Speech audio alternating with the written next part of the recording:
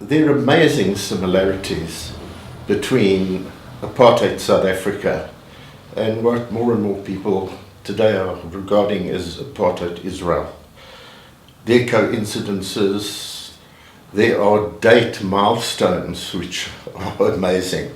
Of course, it's the essence that's the important aspect, and why Israel reminds South Africans from Archbishop Desmond Tutu to struggle heroes who visit the occupied territories. First of all, very clear, this is worse than apartheid.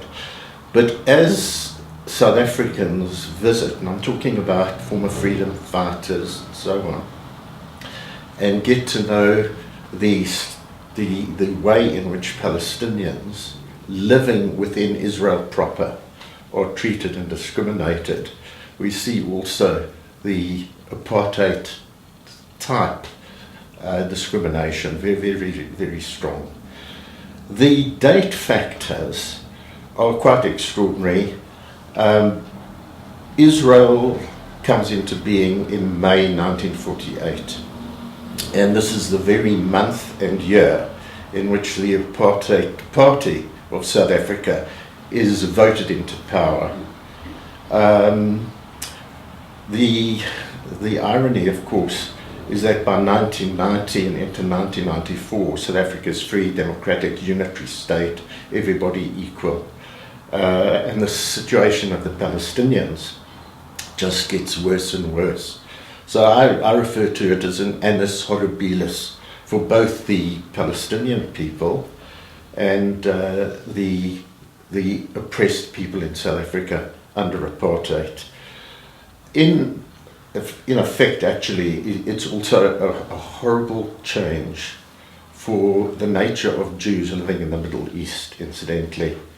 As is the case with white South Africans, who after all these years feel freer now than they ever did, and they say so, including ministers of that government. So there's actually hope. I'm hopeful of possibilities of people with enmity coming together in the end. The real guts, the substance of apartheid discrimination, it starts with the whole philosophical aspect, the worldview, and both the Afrikaners and the white settlers who follow in South Africa use biblical terms, like a lot of Christian Zionists today in fact do. The question of the chosen people, the covenant with God, which was the term used in South Africa, a land which is virtually empty, and this was the history I learned in my school days, long time ago in South Africa, that the whites actually came there into a wilderness. And we know what the term used by Zionists for former Palestine was, a land without people, for a people without a land. It's that similar worldview, their view of themselves, and it's colonialism, it's settler colonialism. The most important similarity is the dispossession of indigenous people's land, and with that, their loss of their rights, their birthright. And this is why South Africans see such similarity between the plight of Palestinians who have lost their land and been uprooted and then treated in the most ghastly way. The colonial measures, very extreme, getting extremer. These are similarities, South Africa, as apartheid in particular was implemented under British colonial rule and the Dutch before. Of course, there was colonial brutality and all those measures, and the question of race separation, but it's apartheid where it comes much more extreme.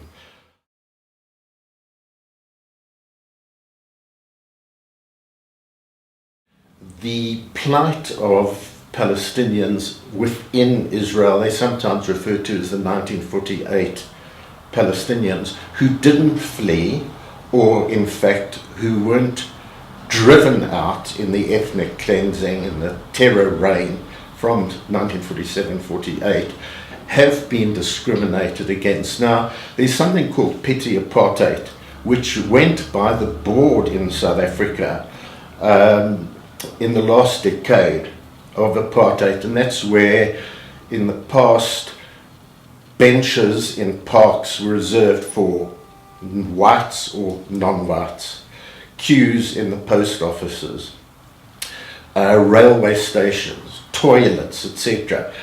Petty apartheid factors, which in the end was too embarrassing, and they began dropping it.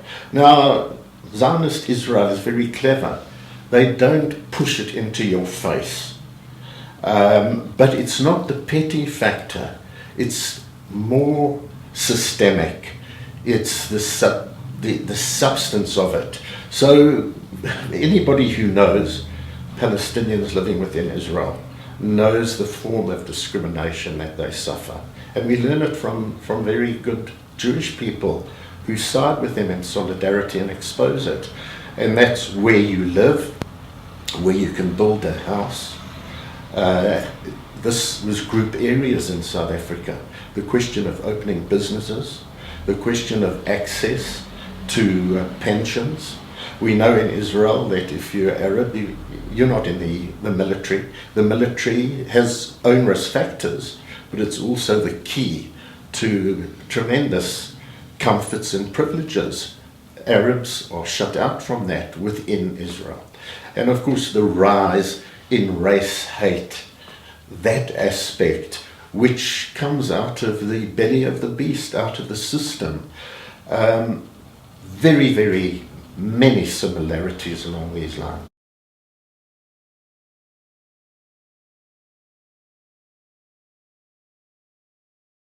So we look at apartheid South Africa, we look at apartheid Israel, we see these enormous historic similarities in worldview, and then the forms of discrimination, etc. But it's not absolutely identical. The key factor is that the apartheid system in South Africa, with colonialism before it, was all about the exploitation of cheap black labour. So apartheid needed cheap black labour to exploit. Perhaps in the earlier days of Israel's existence, there were more Palestinians part of the economy, but essentially the whole basis of Zionism from Herzl's time in his statements will spirit the penniless Arabs across the border. We'll get rid of them. Everybody makes those statements, Ben Gurion right through. So the Zionist form of apartheid, persecution, discrimination is we'll get rid of them. We don't want them to live with us. And incidentally, the architect of apartheid, Dr. Verwoerd, he started off with that attitude. Whites should not employ Africans in their kitchens, their homes, and their jobs. This should be reserved for whites only. And there's a little place that they've retreated to in South Africa called Oranje, where they only have Afrikaans living. They do all the labour, they do all the cleaning and the washing up and so on.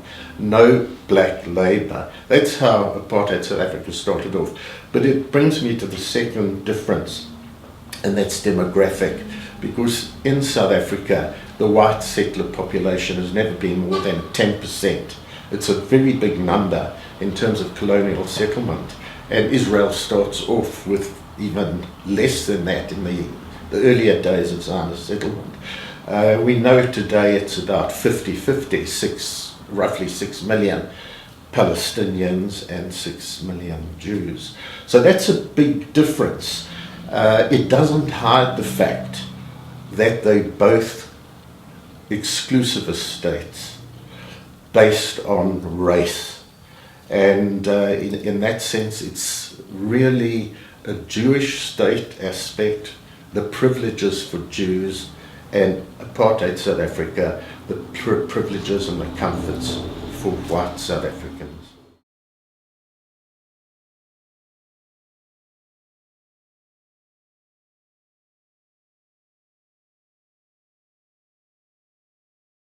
This was something that grew into an unholy alliance.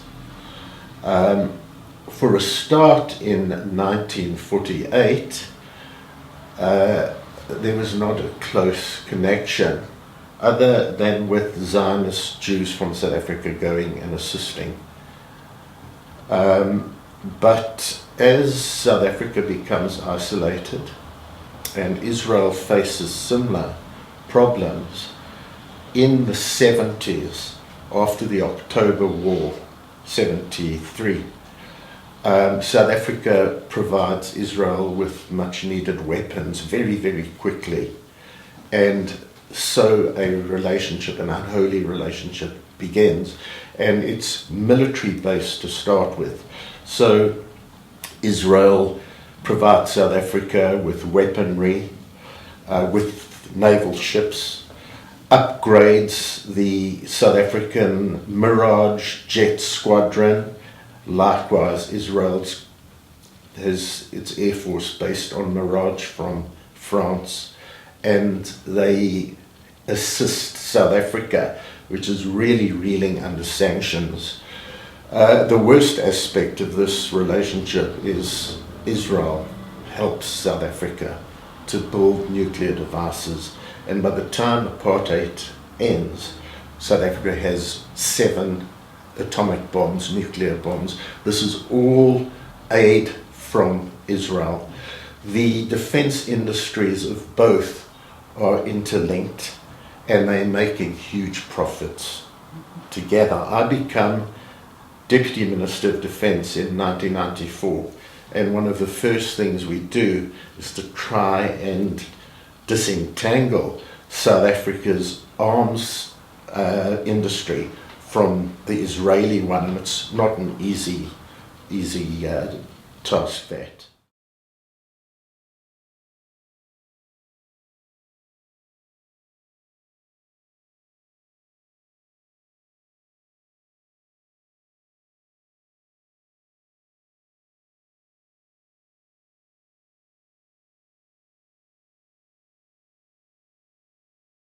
The 4 pillars of struggle evolve in the process of our struggle.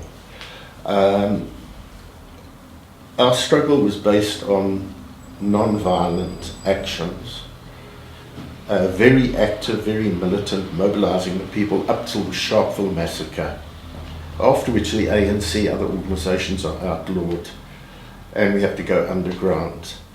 Out of that, the ANC under Mandela and Chief Albert Lutuli turned to armed struggle. In the process from the 60s right through to the end of the 1980s, we begin to fuse different elements of struggle together, which we later call 4 pillars. The first and the most important, the primary, and we learn this the hard way, making errors, is political organization, mobilization of the people. Politics is primary. What your political program is, how you build alliances, how you isolate your adversary, how you galvanize the masses, how you bring people from different backgrounds together, based on the main force. We'd call it the motive force of our struggle, which were the oppressed Indigenous African people, but with other minority groups being drawn in. And this becomes absolutely a decisive factor. You know, there's a statement, the masses make history, and it's true. You don't achieve anything until the masses are united in their actions and program and their objectives. So this is the first pillar. Our second pillar was the development of an underground network.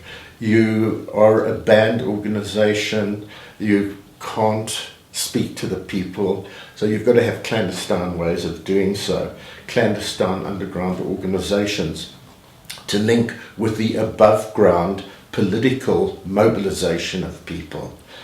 And if you are developing armed action, as we did, then this is a third aspect, a third pillar, and we saw that as reinforcing the political struggle in terms of inspiring people, psychological impact on the rulers and so on. South Africa is not a country with the terrain like Vietnam or Angola, etc. So the armed aspect of struggle in South Africa was at low-level operations in which we defined terrorism as attacks on non-combatants, on civilians, and we did our utmost to avoid that kind of targeting.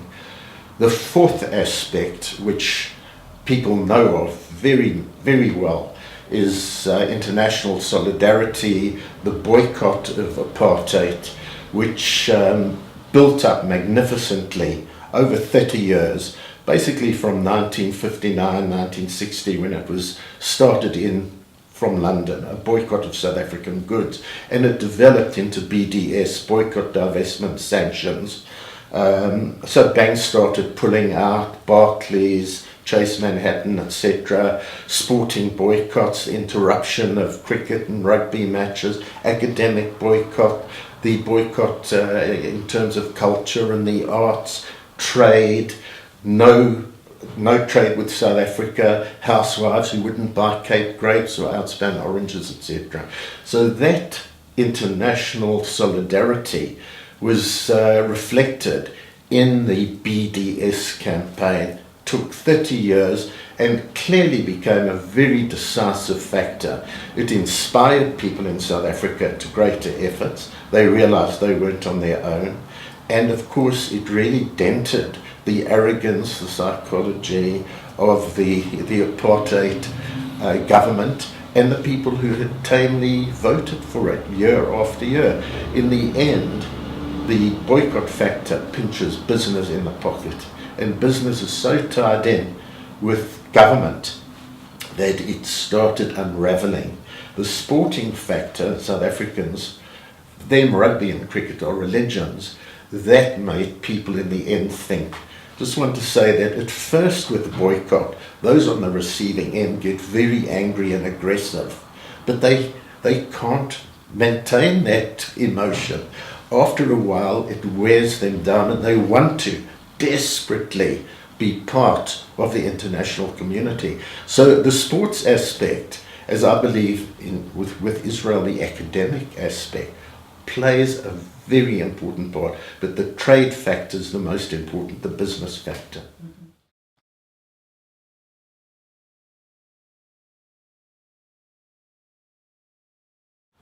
Well, I think it's quite amazing the success so far. As one points out, 10 years, 10th anniversary of BDS, a call from Palestinian civil society, and it's gone forward by leaps and bounds. It's caught on. The international community realizes its potency, and it's developed at a pace much quicker than the anti-apartheid boycott of South Africa developed. And that's very inspiring and meaningful. In terms of the future, this has become such a challenge to the Israeli regime, to the Zionist ruling class in Israel, their political, economic elite, that we've seen statements made by their security chiefs and others around the world that this is of strategic threat to Israel. A threat. This is peaceful forms of people showing Israel, including the Jewish community of Israel, that the world doesn't abide in the 21st century this form of ruthless measures against people and this kind of discrimination and this war of terror, in fact, and that it has to stop.